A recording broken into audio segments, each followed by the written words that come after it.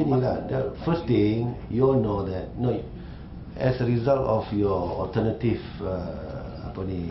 media, you have actually opened up society. And society has, I can see that society has changed. Things which we previously regard as taboo, not at all for discussion. But with the presence of the alternative media, it has actually opened up a new dimension, in the sense that you can discuss anything. Jadi over the last 2 or 3 years, I have seen society has changed, society has matured, and things like that uttered by Ibrahim Ali are actually things which are no longer regarded as too sensitive for us to talk about. You see, as you know, when we embrace this new technology, we gave a bill of guarantee saying that we will not censor anything that comes into the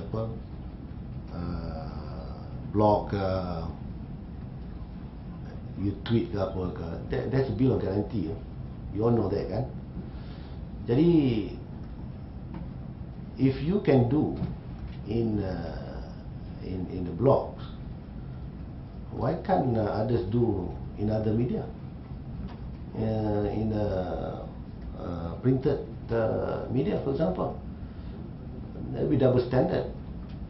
The effect is the same. You cakap dalam blog ke, you cakap langsung abar ke, sama.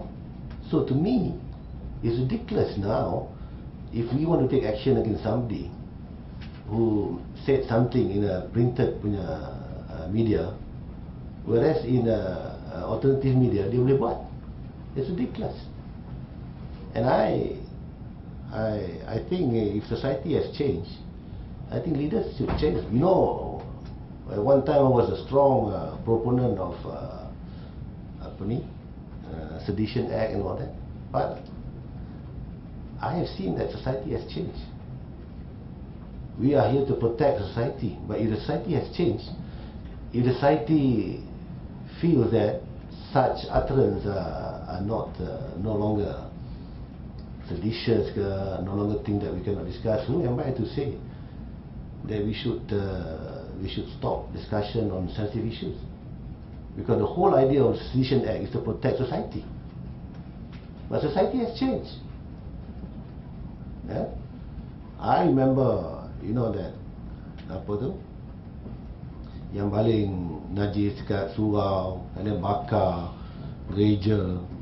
If that happened many years ago, 40 years ago, you would have caused a riot. But now society are more understanding. They would rather listen, dengar dulu, what actually happened, why did you do that? Then society is ever willing to forgive. Then who are we politicians nak impose the old lagi punya pendekatan on them? So that's why, to me, I feel, of course, the argument given by those who are against what I said, the same argument I used last time. I have changed, they have gone back, they have become regressive lah. Jadi pada saya, in the blogs, you read the blogs, you can read anything at all, banyak benda sensitif, okay? So, why the double standard? And anyway, it's been more than 10 days now since Ibrahim made a statement. Tak ada pun riot ke apa. That shows that society has matured. And as I've said, to me he's a clown. I don't think people should seriously take seriously what he has said. Mana riot pun? There's no riot. Dia kalau dah nak berlaku, kita boleh tangkap dia. Kalau macam lepas statement dia tu, then suddenly kita tengok dah ada sikit, then straight away kita boleh tangkap dia, charge him. But then after 10 days nothing happened. So it's not, I still stick to my stand. Someone making a statement masuk dalam blog is different from someone who owns the printing press, newspaper, and orang kata apa, sengaja. I'm trying to say, okay, you have to differentiate Ibrahim from the newspaper. Ibrahim punya statement, dia buat statement and then reported in newspaper. Okay, alright. I don't want to fault Ibrahim because it's freedom of speech. But then for a newspaper company, dia ada apa, printing. Kalau dia deliberately, they have an agenda, for example, alright, they have an agenda, let's say, to promote, for example, certain which is harmful to society, then PPA is different. PPA is different from Sedition Act. Here you own a printing press and you have agenda. You deliberately masukkan artikel yang boleh memecah belahkan perpaduan. Okay.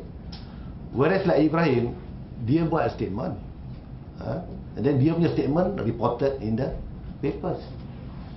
Kalau tak report on paper, aku tak tahu statement dia.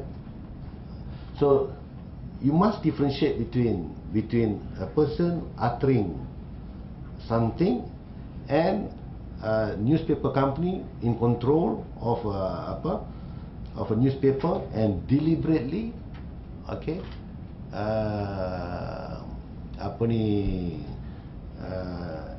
because of their personal agenda, kita tahu, deliberately masuk artikel-artikel yang sengaja menyakit hati orang.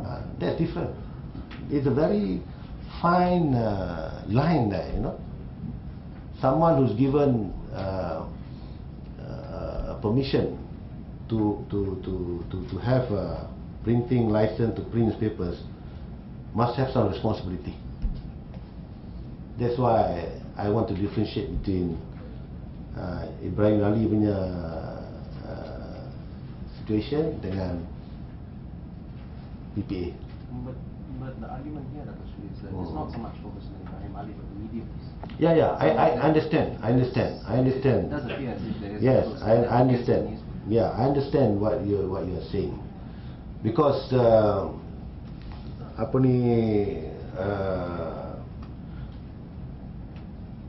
I feel that newspaper companies has been given the permit to print newspapers. It must come with responsibility.